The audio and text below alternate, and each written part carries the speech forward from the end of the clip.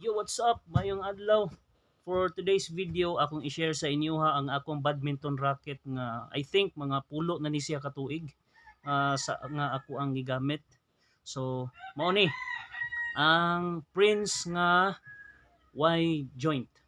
So, kini nga racket no is mga 10 years na ni akong ginamit. Dayon hinatag man ni siya. Dayon ang gahatag ani is namatay na, thank you di ay sa gahatag ani ako ang racket no. Talagsaon kini nga racket, dili na kabasa-basa kakitaan ni karon. Diyon sa una, sa wala pa ni siya nabali, gaan kini siya nga racket. Tanawa. Nabali man gud ni siya. Ako man ni siyang gipa-welding duha ka buok o kay gigamitan nako og kuan ba Carlton nga katong shuttlecock, then hugot kayo ang string. Then gigamitan pa yun ako atong bugat nga akong gianana didto sa kuan. So maoning nabanggi, dahil gidugay man ako gunting ang string, maoning nakaduha og pilo noon siya. So pagkabali ani mga naasa 9 years na siguro siya. Pagpa-repair ani nakabayad ko mga almost 1,000 dito sa Pagadian.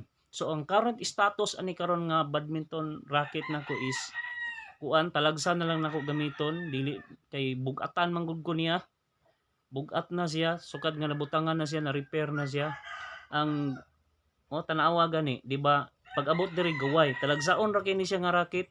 Gaway siya. Prince, Sierra, wala na ni siya karon, di nakakita ani. Kay kasagaran, inganani naman ang mga kuan isometric naman, mga ligin. Kani pod siya, lingin pod.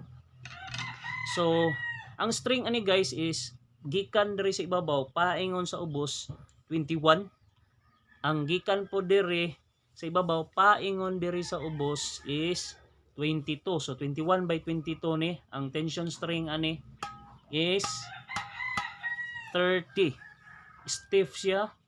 Gwapo kini nga racket mo gini ang ako ang naandan nga racket kay dako siya ba, dako siya og lingin, dili kaayo dali ra kayo kuan ang bula, di kay nimo mapakaw kay kung inani man gud imong gamit kasagaran mapakaw siya. Dayon ang kuan ani aerodynamics ani man gud okay lingin.